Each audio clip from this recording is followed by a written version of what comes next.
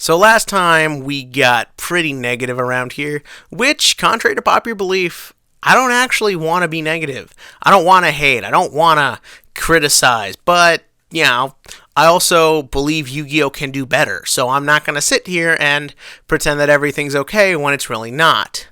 Which brings us to right now, because now we're going to talk about the 5 ways to fix Yugioh Vrains. And before anyone says what I think you're thinking, no, I don't want to retcon anything. I don't want to change anything that's already happened. Because when going through the list of what's happened in this show, all the great things to make a great series are here. It's just not being done right. So Konami, I know you're watching. You've come after me twice already. I know you care. So today, I want you guys, Konami, to listen and implement these changes. Heck, this arc is very close to wrapping up. Take 2 weeks off to reformat and plan, and then make your next arc the most badass Yu-Gi-Oh! Arc ever. Because I think you guys got what you need, and we're going to talk about how you implement it, starting now. This one is at the bottom of the list because I do understand that maintaining good animation for 40-something episodes a year is hard. Your budgets are strict. Your time is constrained. But I've already seen in Vrains you can do good stuff. Remember when Yusaku dueled Akira? Remember how scary Yusaku kind of looked as his face was covered in shadow, his angry expression, his violent body language as he just had his monsters just slam into Akira, who was the complete opposite. Pure white clear face, very upright, very nice. You see, when there are restraints put in, a lot of times creativity flourishes because it's been challenged and has to overcome. I feel as though the duel boards are the problem here. The thing is that when you have this stupid gimmick of they're dueling on hoverboards, you don't actually add anything to the story or the series. When they're just standing there dueling and you need to come up with actual ways within the scene to get across character and story and darkness and all this stuff, you're challenged more, so you have to try harder. I just feel as though the duel boards are a crutch, and they don't really help anything. Let's take a look at the ending theme for a minute. 1 minute and 30 seconds of mostly still images, but you get everything you need to know about Yusaku and Aoi and everybody just from that 1 minute and 30 seconds because of cleverly used images, because of a great song, and some really clever uses of animation when it shows up. The current ending theme might be my favorite Yu-Gi-Oh! Ending theme ever, because I think it gets across everything you need to know without having to feel overly bloated or have its whole budget blown on that. This one is also low on the list because I do understand that it's hard for TV writers to understand the Yu-Gi-Oh! Metagame, and it's hard to really understand how to implement the dueling concepts. But the dueling, especially from Yusaku, needs to be improved. Part of the problem here is that everyone else is too good. This seems like a weird way to put it, but the show constantly builds up Playmaker as this amazing, unbeatable duelist, but he's actually quite shit. And that's because he doesn't really play a logical deck or something that fits in its themes when compared to everyone else. If this was like any of the other Yu-Gi-Ohs where everyone kind of duels these crazy, wouldn't really work decks, it wouldn't be as bad a problem. But as of right now, Yusaku is just a sore thumb. Like when you have Aoi who plays Trick Stars correctly and Go who plays Gokis as well as possible. Let's look at those past few duels we've been having. Aoi set up a perfect Trickstar strategy against Spectre. She only lost because she got bodied by a deck that just does the opposite of what hers does. Go was able to use the Gokis so effectively, always keep his hand full, always keep his combos going.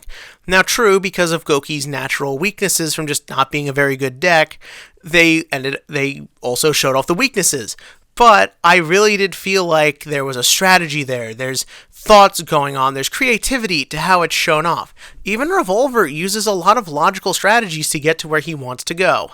And then you have Yusaku, who, for his first turn play against a guy who plays a deck that is based around summon 3,000 beat sticks, decided to summon a weak-ass Link 3, boost it to 2,800, and give it protection from a battle-oriented deck. This is bad, and they've got to improve it, because when I say that the current duel looks like table 500 garbage, I mean it. 3 is the one that is annoying everybody, the pacing. Everything in this is dragged out and slowed down for basically just to stretch it out as much as possible. Everything from filler scenes with characters we don't care about, to weird scenes of them just falling off the duel board to 5 seconds, to exposition dumps from Kusanagi. This one feels like it's very slow, but then when important stuff is happening, it moves by very quickly, just so that way the duels, which are obviously planned out ahead of time, can be used to make space for time. Now, this then results in a situation where you can't really go into your story points great because your action scenes are just really overly bloated. And the thing is, you can't say that this is a timing issue because then they'll have these recap episodes. Maybe this goes back to the issue of the animation budget, but if you made the duels shorter, you could spend more time on the character development and the plot development. So that way, all the things that are happening don't feel like they're coming out of left field. If the pacing was fixed, the show would move quicker, and you'd have more time to do more interesting stuff, like... So, Yugioh Vrains has arguably the most intelligent and most complicated philosophical concepts of any Yu-Gi-Oh! Basically, this show talks about things like human expansion, technological development, artificial intelligence, what is life, what does it mean to connect to people, can you connect with people, what is tragedy, how do you get over tragedy. There's a lot of themes in this show that are very heavy and very deep, and I don't always see a lot of anime explore well, which is awesome.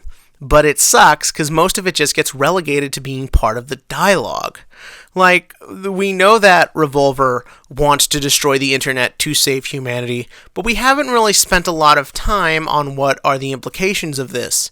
We don't really know a ton of what the Knights of Hanoi actually do because everything, kind of with the pacing problem, is just allocated to a few things. What about Yusaku's themes? What about him as a person? What about the concepts of him almost being a robot? What about his interactions with Aoi? What about all her elements? There's a lot of interesting stuff here, but it doesn't really actually add anything. Going back to the Yusaku versus Akira duel, this really was a great duel because it brought up the characters and their philosophical concepts. Akira brought up, why don't you grow as a person? Why don't you move on? Yusaku gave in to that anger and that hatred, if only for a short time. There's all these little intricacies going on with the plot and these ideas the show wants to bring up. But when it then doesn't have a major impact on the plot because it just goes on as if no one talks to anybody, they all just sit there. It's like what I said in the Recreators review. There should be bigger things going on. You can have smart ideas. You can have philosophical concepts. But you need to implement them into the plot to actually have them mean anything. Otherwise, they just sit there. And I want these things to go somewhere because they really are cool, and I like seeing them get brought up in a franchise that so many people accuse of being tired and old. I like the idea that it can still try and be different and new. I just want it to actually use those different new things. Number one should be obvious. It's the way they use the characters in this. Oh god. For some of you, I'm sure the other things I've brought up will be more important, but for me, nothing is more important in this show than its failure to use the great characters they've set up. Besides the obvious, like how they just killed off everybody just to build up Yusaku, there is the fact that no one is important besides Yusaku. Yusaku is being built up as this unbeatable genius badass, literally just, I think, to attract 12-year-olds looking for a wish fulfillment character. His personality is non-existent, he is bland and robotic, and these could actually be very interesting if you utilized him with anybody. No one humanizes this guy. No one is really around this guy besides an enabler like Kusanagi and comedy relief like Ignis. And while we're on the subject, we should be getting a lot more from Ignis in terms of the dramatic department. Like, we had this last episode where we learned Ignis is cloned from Yusaku. That should be a bigger deal, but it's just kind of used in one joke scene. I know it's resonating with a couple people, and that's great, but a lot of people seem to just completely forget about this whole thing. It's not really used right because the character isn't allowed to grab past his comedy role. What about Aoi? I tried to get into this with the last one, but I wanted to save it for here because these are two characters where I kind of would like to see romantic tension. They seem to kind of do it with them a little bit, but you could have some really fascinating interactions between Yusaku and Aoi. These two damaged kids who just kind of want to find some meaning in their lives and do something, and how they go about it differently. How one is sort of adapting to normal life and the other just can't. You can go in these interesting directions with them, and you've got time. You're doing recap episodes, for Christ's sake.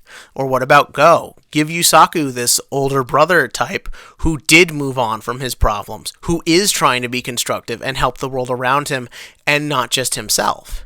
You can do so much with that. Or do more with Kusunagi. Nagi, why is he just the exposition dump? Or do more with Akira. Why does everything he do just revolve around Aoi? Heck, do more with Ghost Girl, for Christ's sake. There is a lot you can do here. I think Yugioh Vrains has some great stuff in it, and I think it can and should be better if it would utilize those elements better. But as it stands right now, all the show seems to want to do is just be generic as possible, and it sucks, because I love Yu-Gi-Oh! For how crazy and different it can be. Even at Yu-Gi-Oh's worst, it is at least worst in its own bizarre, unique way. This one is the first one where it does genuinely just feel like it's falling into the generic traps, and I don't want it to do that. The arc is about to end. You guys have a great jumping on point to fix everything. I think it's possible. I genuinely do. There's some amazing stuff in this show, and I want it to go somewhere. And if you want it to, tell me in the comment section below. Give me your thoughts on these suggestions. I do read every comment, even if I forget to respond a lot. But as always, click to like, click to subscribe, and let's see if they implement any of this.